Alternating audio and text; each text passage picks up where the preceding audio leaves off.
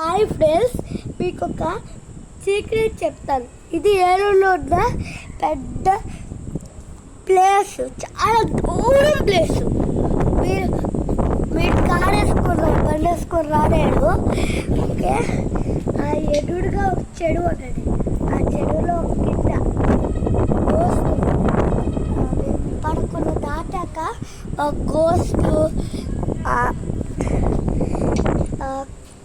గోస్తు రాసేసులు, దెయ్యాలు, హరర్స్ అందరూ వస్తాడు.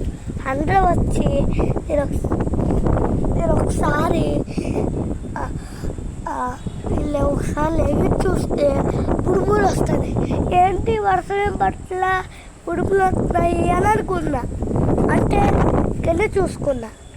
ఎవడో గోస్ట్ కారు మీద కూర్చొని కారు ఒక పసిని తింటూ ఉంది. పక్కనే ఇంకో కారు మీద